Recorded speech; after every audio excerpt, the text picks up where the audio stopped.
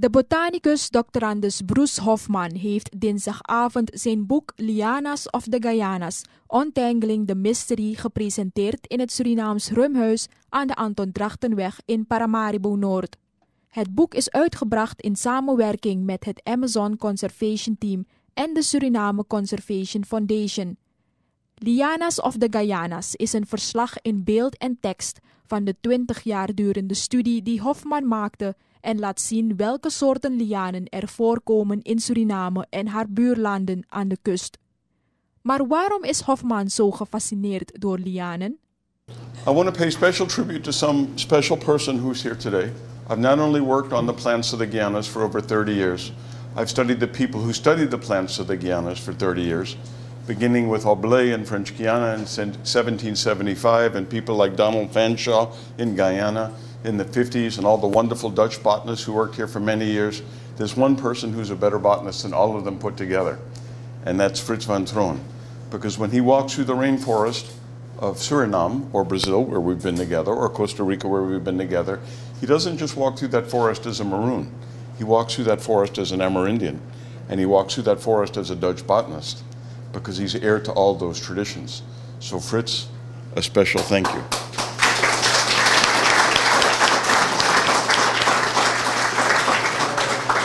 Now, this is probably the biggest gathering in the history of Western civilization to hear about lianas. So I think Minu said, hey, we have a new book on Doubredois. And everybody came out to see. Unfortunately, there's several hundred more species in the book. So here's how the lianas of the Guianas changed the world. In 1804, an Englishman by the name of Charles Waterton left England, Yorkshire, to take over the family plantations in British Guiana. He had 3 plantations on the coast. He worked at those plantations for 8 years, and he decided 2 things. One, he hated slavery with a passion, and he loved lianas. So he set out to find the secret curare arrow poison of the Macushis, the most powerful and toxic arrow poison of the Guianas.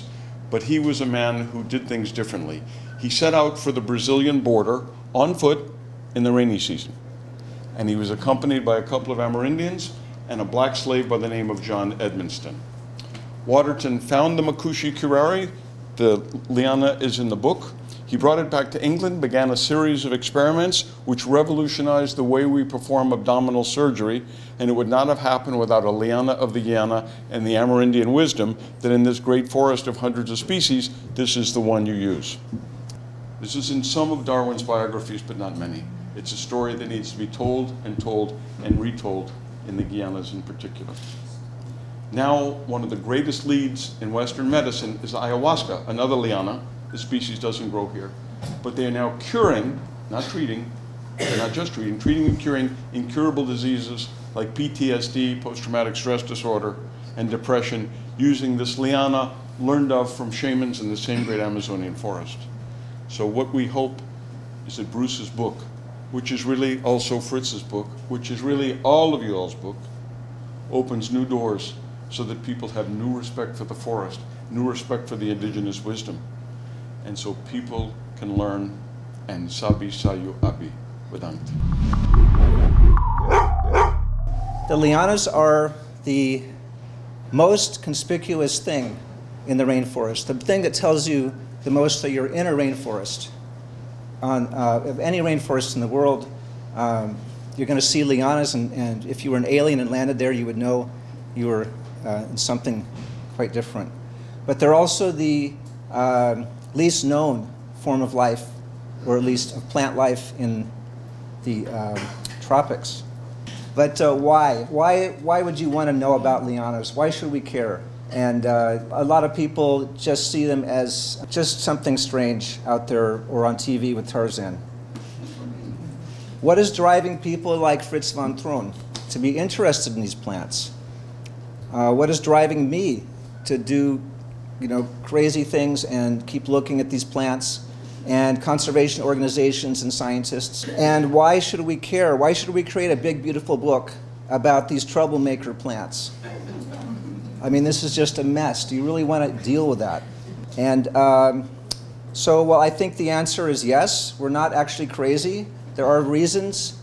And the Dobrodua's liana, one of the main ingredients, and there's many others, and they're not all Lianas.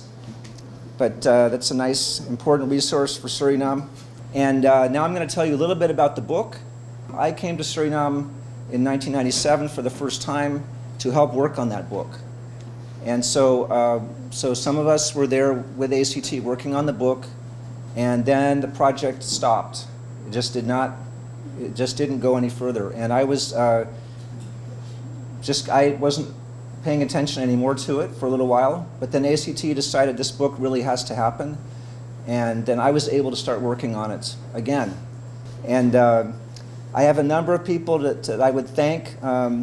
First, the donors, the Suriname Conservation Foundation, and the Naturalis, and a number of Dutch funds participated and funded. And even after the book took too long, they came back later and helped us at the end. When they were very happy it got completed. And LM Publishers has also carried this book through for quite a while. And then there are a number of other people I would thank. I don't want to name them all, but Nancy Fallies is one of the graphic designer. I would say she really put tons of work into this project. And Mark Plak and Minu Parahu, Frits van Troon. You can look at the other names, and thank you very much.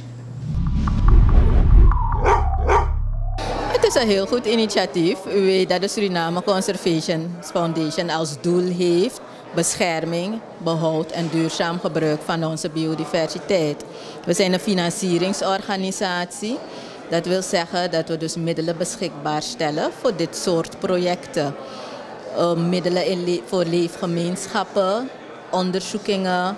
Dus dit is bij uitstek een van de projecten welke wij een warm hart toedragen. Omdat het erom gaat dat er onderzoek gedaan is naar wat we hebben in Suriname op het gebied van lianen. En dat valt onder biodiversiteit. En dat valt dus ook onder bescherming en behoud van biodiversiteit. En natuurlijk het duurzaam gebruik ervan. Dus dat is meer dan reden voor ons als SCF om onze aandacht te geven aan het boek. En het boek, tenminste de druk ervan, te willen financieren.